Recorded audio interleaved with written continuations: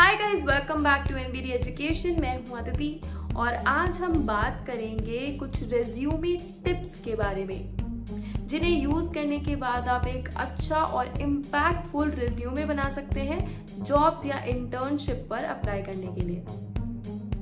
तो आइए इन टिप्स के बारे में डिस्कस करते हैं। आज हम जिन रेज्यूमे टिप्स को डिस्कस करने वाले हैं उन्हें यूज़ करने के बाद आप एक कंपनी आइडियल रेज्यूमे प्रिपेयर कर सकते हैं। सबसे पहले हम बात करेंगे फॉर्मेट की, यानी आपका जो रेज्यूमे है उसका क्या लुक और फील होना चाहिए। जिन 3 चीज़ों का आपको खास तौर पर ध्यान रखना है वो है, सबसे पहले आप जब भी अपने रेज्यूमे का फॉर्मेट डिसाइड कर रहे हो, टाइप कर रहे हो, तो ध्यान रहे कि आप ब्लैक या फिर डार्क कलर इंक का ही यूज़ करें। कोई भी ब्राइट या फिर लाइट कलर यूज़ ना करें, क्योंकि अगर सामने वाला आपका रेज्यूमे पढ़ रहा है तो उसे साफ साफ समझ में आना चाहिए कि क्या लिखा हुआ है। इसके अलावा जब भी आप अपने रेज्यूमे को एक्सपोर्ट करें, यानी आपका जो रेज्यूमे का फॉर्मेट होना चाहिए वो PDF में ही होना चाहिए। अगर हम लुक की बात करते हैं तो ध्यान रहे कि आप एक सिंपल और consistent font through out your resume maintain करके रखें। यानी अगर आपने एक फॉन्ट साइज़ चुना है तो आप उस फॉन्ट साइज़ को ही फॉलो करें। अलग अलग फॉन्ट्स को अपने रेज्यूमे में यूज़ ना करें, अलग अलग साइज़ को यूज़ ना करें, एक ही फॉन्ट को कंसिस्टेंट रखें। साथ ही आपके रेज्यूमे का जो डिज़ाइन है वो काफ़ी सिंपल होना चाहिए और उसमें डिसेंट स्पेसिंग होनी चाहिए, यानी आपका जो रेज्यूमे है वो क्लस्टर में नहीं लगना चाहिए। तो एक डिसेंट स्पेसिंग मेंटेन करके रखें। बात कर लेते हैं कंटेंट की, यानी आप अपने रेज्यूमे में क्या क्या इंक्लूड करेंगे, क्या क्या इन्फॉर्मेशन आप उसमें लिखेंगे। तो सबसे पहले हमेशा ध्यान रखें कि आप अपनी कॉन्टैक्ट इन्फॉर्मेशन और ईमेल को सबसे ऊपर मेंशन करें। लंबे और ऑब्जेक्टिव सेंटेंसेस का यूज़ ना करें और ध्यान रहे कि आपको कोई भी कोट्स या फिर रेफरेंसेस को इंक्लूड करने की ज़रूरत नहीं है। बात कर लेते हैं रेज्यूमे की लेंथ की, यानी आपका जो रेज्यूमे है वो कितना लंबा होना चाहिए। अपने रेज्यूमे को शॉर्ट एंड क्रिस्प रखें, यानी अगर आप इंटर्नशिप या फिर बिजनेस रोल के लिए अप्लाई कर रहे हैं तो आपका जो लेंथ है रेज्यूमे का वो 1 पेज का होना चाहिए। अगर आप टेक्निकल रोल्स के लिए अप्लाई कर रहे हैं तो ध्यान रहे कि आपका जो लेंथ है वो मैक्सिमम 2 पेजेस का होना चाहिए, उससे ज़्यादा आपका रेज्यूमे एक्सीड ना करे। अगर आप किसी स्पेसिफिक रोल के लिए अप्लाई कर रहे हैं तो ध्यान रहे कि आप उसी रोल से जुड़ी रेलेवेंट चीज़ों पर ध्यान दें और उन्हीं को अपने रेज्यूमे में इंक्लूड करें। कंसिस्टेंट फॉर्मेटिंग को फॉलो करें और बुलेट पॉइंट्स का यूज़ करें। अपने रेज्यूमे में पैराग्राफ्स का इस्तेमाल ना करें। जो सबसे ज़रूरी चीज़ आपको ध्यान रखनी है जब आपने ये सब कर लिया हो तो वो है अपने रेज्यूमे में स्पेलिंग मिस्टेक्स के लिए चेक करें। ये एक सबसे इम्पॉर्टेंट फैक्टर है एक अच्छा रेज्यूमे बिल्ड करने के लिए। आपके रेज्यूमे में कोई भी टाइपोज या फिर स्पेलिंग मिस्टेक्स नहीं होनी चाहिए। बात कर लेते हैं फॉर्मेटिंग ऑर्डर की, यानी किस ऑर्डर में आपको अपना रेज्यूमे फॉर्मेट करना चाहिए। अगर आप टेक्निकल रोल्स के लिए अप्लाई कर रहे हैं तो ध्यान रहे कि सबसे ऊपर आप अपनी प्रोग्रामिंग लैंग्वेजेस को इंक्लूड करें। अपनी प्रोजेक्ट के हिसाब से जो भी प्रोग्रामिंग लैंग्वेजेस आपने यूज़ करी हैं वो सबसे टॉप पर मेंशन करना ना भूलें।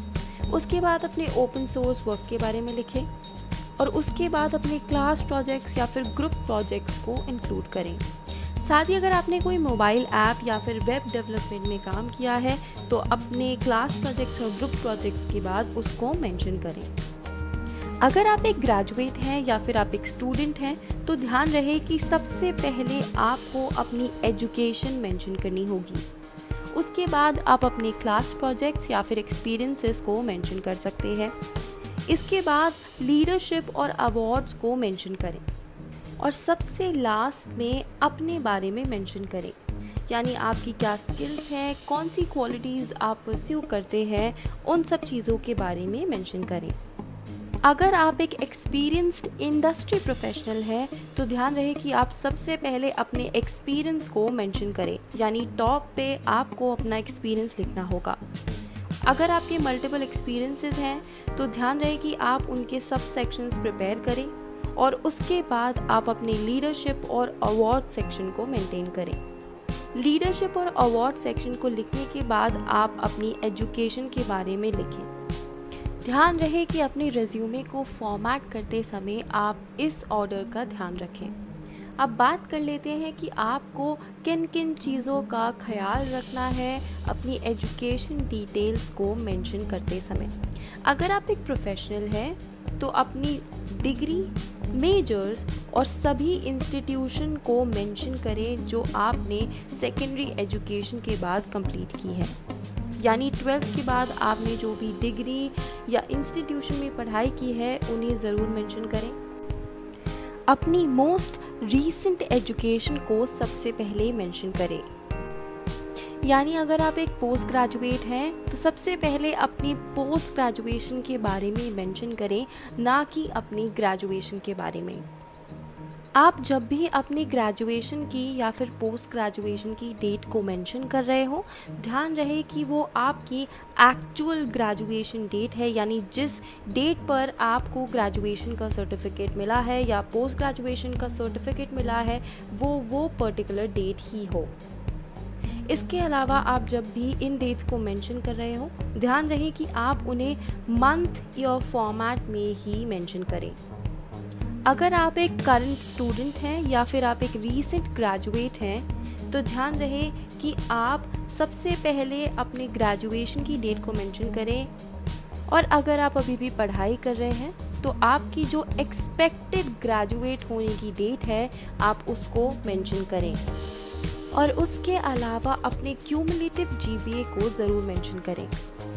अब बात कर लेते हैं उन चीज़ों की जिनका आपको ध्यान रखना है while mentioning your experience. List everything in reverse chronological order, यानी आपका जो मोस्ट रीसेंट वर्क एक्सपीरियंस है उससे आप अपनी शुरुआत करें। अपने वर्क एक्सपीरियंस को हमेशा बुलेट पॉइंट्स में मेंशन करें और ध्यान रहे ये बुलेट पॉइंट्स काफ़ी क्रिस्प और क्लियर हो। वर्ड्स जैसे मैनेज्ड, डीबग्ड, नेगोशिएटेड, क्रिएटेड, डिज़ाइंड जैसे वर्ड्स का इस्तेमाल करें।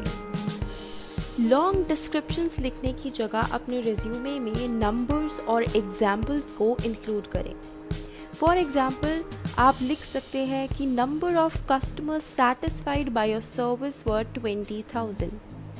डेटा और कंपैरिजन का यूज़ करें।